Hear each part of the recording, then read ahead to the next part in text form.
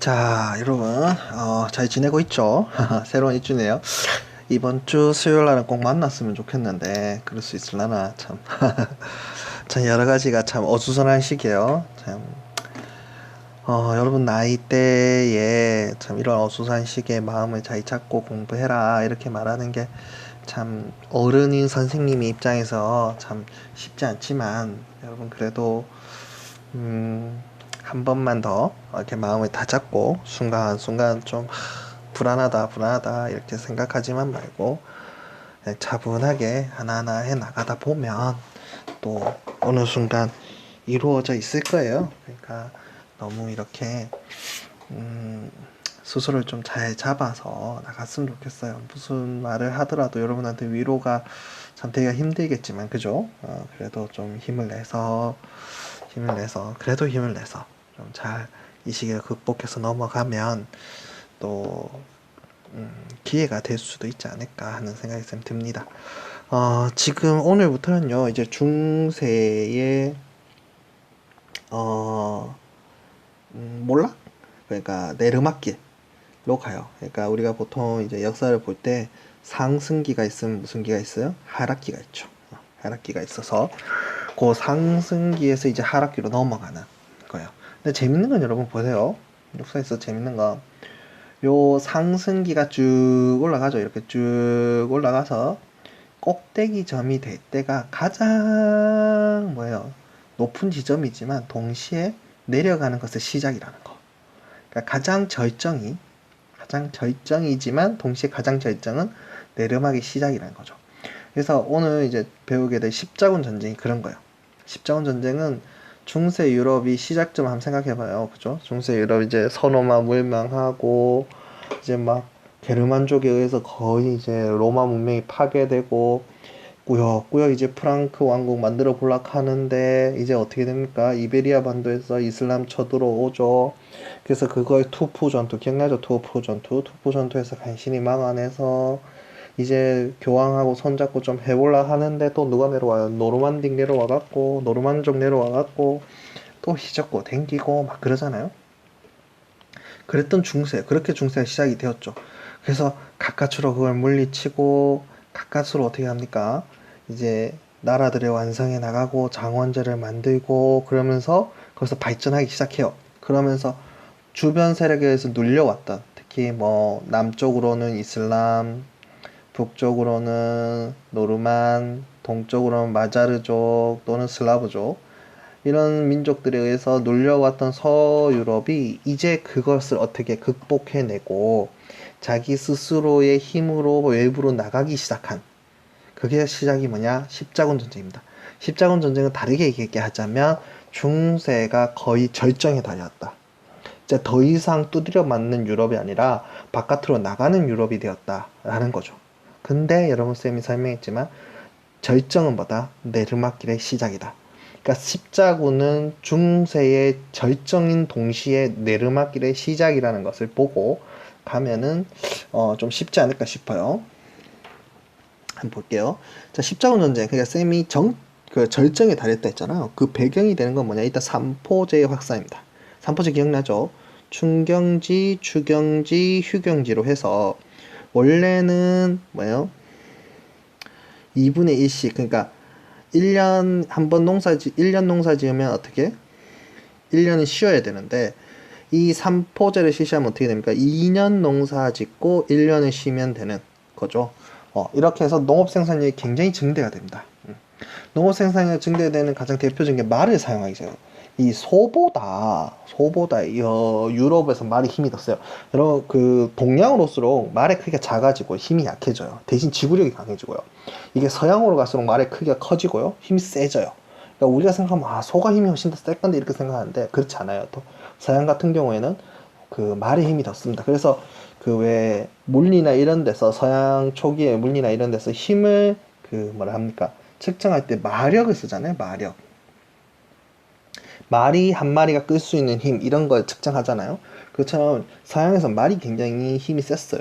거기에 이제 무거운 전기 얘기했죠. 그러니까 비옥하기는 이쪽 서유럽 지역이 훨씬 더 비옥해요. 근데 농사를 여기서 잘 지으려면 깊이 가리를 해야 된단 말이죠. 그 깊이 가리를 하기 위해서 무거운 쟁기를 쓰게 되고요.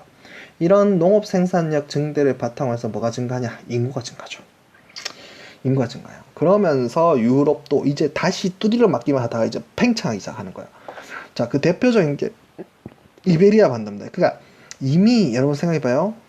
우마이야 왕조 다음에 후기 우마이야 왕조가 이베리아 반도에 들어서는데 사실 우마이야 왕조도 100년이 채 안 되는 100년 조금 안 되는 그 나라죠. 그리고 후기 우마이야 왕조는 우마이야 왕조에 비해서 힘이 또 약하고요.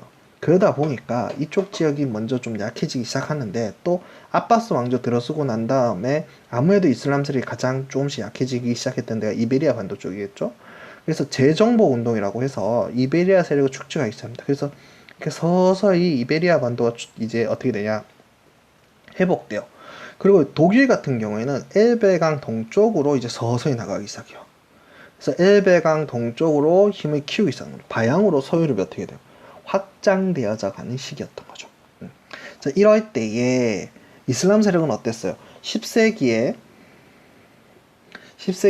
그러니까 이슬람 세력은 8세기죠. 8세기 700 몇 년입니까?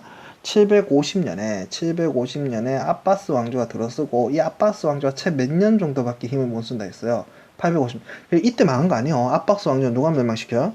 13세기 가서 누구였죠? 아바스 왕조 멸망시켜 13세기 가서 몽골한테 멸망당해요. 850년까지 아바스 왕조는 존재하고 있음. 그러니까 850년 이후에 아바스 왕조가 그러니까 힘은 없고 명분만 존재하는 그런 칼리프의 역할만 하는 칼리프 명분으로서의 칼리프의 역할만 하지만 계속 존재합니다. 몇 세까지? 13세까지. 여러분 그 인도사일 때 가즈아 왕조라고 배웠을 거예요. 가즈아 왕조. 이 가즈아 왕조도 아바스 왕조 밑에 있었던 왕조예요. 자, 그래서 그렇게 보면 아바스 왕조가 850년 이후에 약해지고 그 이후에 이제 그 뭡니까 저 중앙아시아에서 투르크 민족들이 내려오죠.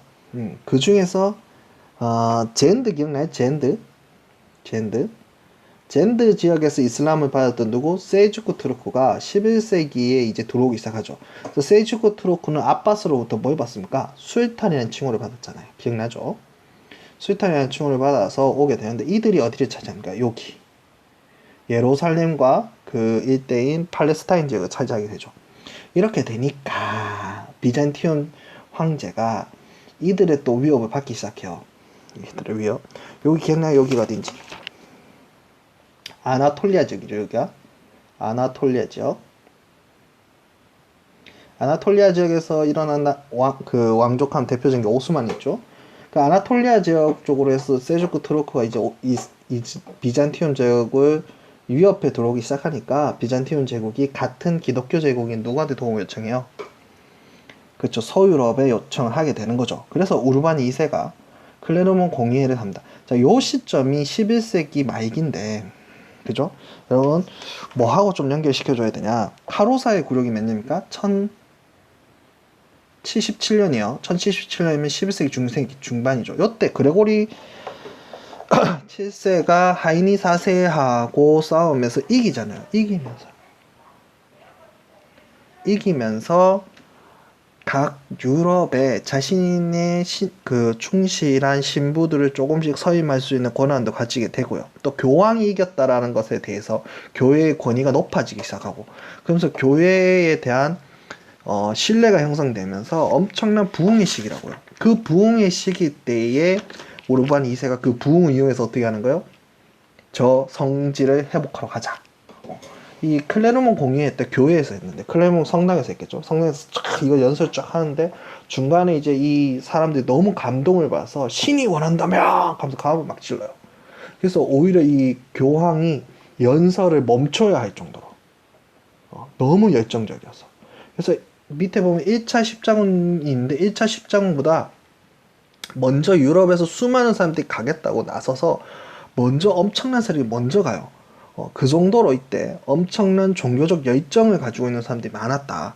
그걸 기반으로 해서 어떻게 합니까?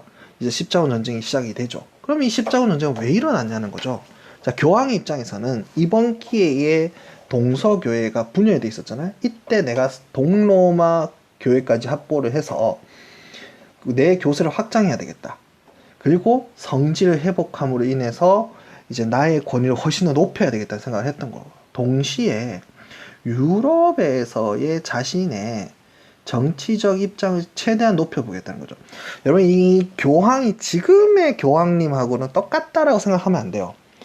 이 당시 교황은 정치적 지도자이기도 해요. 여러분, 그 피핀으로부터 롬바드족을 피핀이 몰아내고 그쪽 지역이 그 로마 그 교황한테 주면서 교황령이 되잖아요. 그러니까 교황은 그 교황령을 다스리는 영주기도 해요.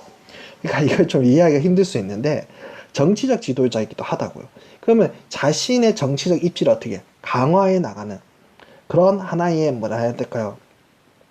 수단이 되기도 했던 거죠. 플러스 이제 기사와 영지를 왜 갔냐? 영지 획득이야. 잘 봐요. 이제 요때쯤 가면 11세기 말기쯤 가면 유럽 내에서 전쟁이 굉장히 많이 줄어들어요. 노르망족의 침입이라든지 마자르족의 침입이라든지 훈족의 침입이 상당히 어떻게 돼요? 적어져요. 적어짐으로 인해서 기사들이 나가서 싸울 일이 별로 없어요. 그러다 보니까 무슨 문제가 생기냐면 옛날에 형제 뭐 5이 있으면 4이 나가서 전쟁터에 죽었어요.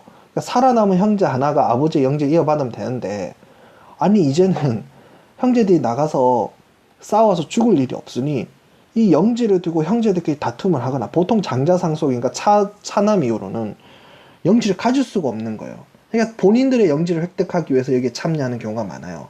그리고 여기 전리품이 굉장히 많죠. 그래서 부를 얻을 수 있겠다라는 거.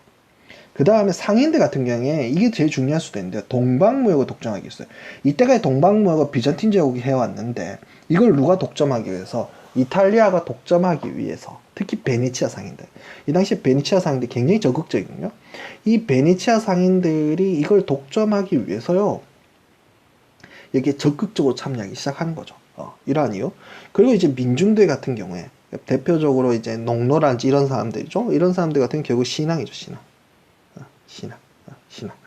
그 다음에 이제 봐요. 이제 군대를 어디로 빼니까 외부로 빼면 내부에는 군대끼리에서 갈등이 어떻게 되겠죠? 줄어들겠죠. 그래서 유럽에 뭐도 원하게 되냐? 평화도 원하게 돼요. 우리 유럽 세계에 평화가 오는구나. 이런 부분들도 있습니다. 자, 이렇게 다양한 동기들을 가지고 이제 전쟁에 참가하게 됩니다. 자, 전개는요, 첫 번째 1차 십자군 전쟁입니다. 1차 십자군 전에 원래 1차 십자군 전에 민중들끼리 가서 막 하여튼 엄청난 일을 저지르는 일들이 있어요. 근데 그건 십자군 치지 않아요. 그걸 엮는 경우도 있고 빼는 경우도 있는데, 어쨌든 십자군 치지 않고 그 뒤에 이제 영주들, 영국과 프랑스와 신성 로마 제국 황제들이 구성되었던 이제 십자군이 있어요. 요들이 가서 실제로 성지를 탈환하고요, 예루살렘 왕국을 비롯해서 4개의 공국을 형성합니다. 4개의 공국을 형성할 정도로 꽤 성공을 해요. 그러나 이것이 시간이 지날수록 점점점 영토가 줄어들고요. 그래서 영토가 줄어드는 걸 회복하려고 2차 십자군을 보냈으나 2차 십자군을 실패하고요. 심지어 예루살렘마저도 그 살라딘 기억나죠? 살라딘에 의해서 정복당합니다. 정복당해서 이걸 회복시키려고 3차 십자군을 보내는데, 3차 십자군이 이제 가장 유명한 십자군이 한데, 크게 중요하지 않아서 여기서는 뺐어요. 우리 시험엔 중요하지 않아요. 그 사자왕, 영국의 사자왕이라고 있어요. 여러분 존왕은 알 거예요. 존왕. 영국의 존왕, 그 마그나 타르타를 했던 그 대현장을 했던 존왕의 형이에요. 그 형이었던 그 리차드 사자왕이 있고요. 그다음 필리프 2세가 있어요. 필리프 2세. 프랑스의 필리프 2세. 필리프 2세가 이제 존왕으로부터 프랑스 내에 있는 영국 영토에 다 차지한 왕이거든요. 나중에 할 거예요. 그 다음에 이제 뭐 신성 로마 제국 황제가 있는데, 이렇게 서 있어 갔는데, 뭐 필리프 2세는 영국 영토를 차지하려고 미리 돌아가고, 그 다음 이제 프리드리 메센가 있어요. 신성 로마 황제. 가다 죽어요.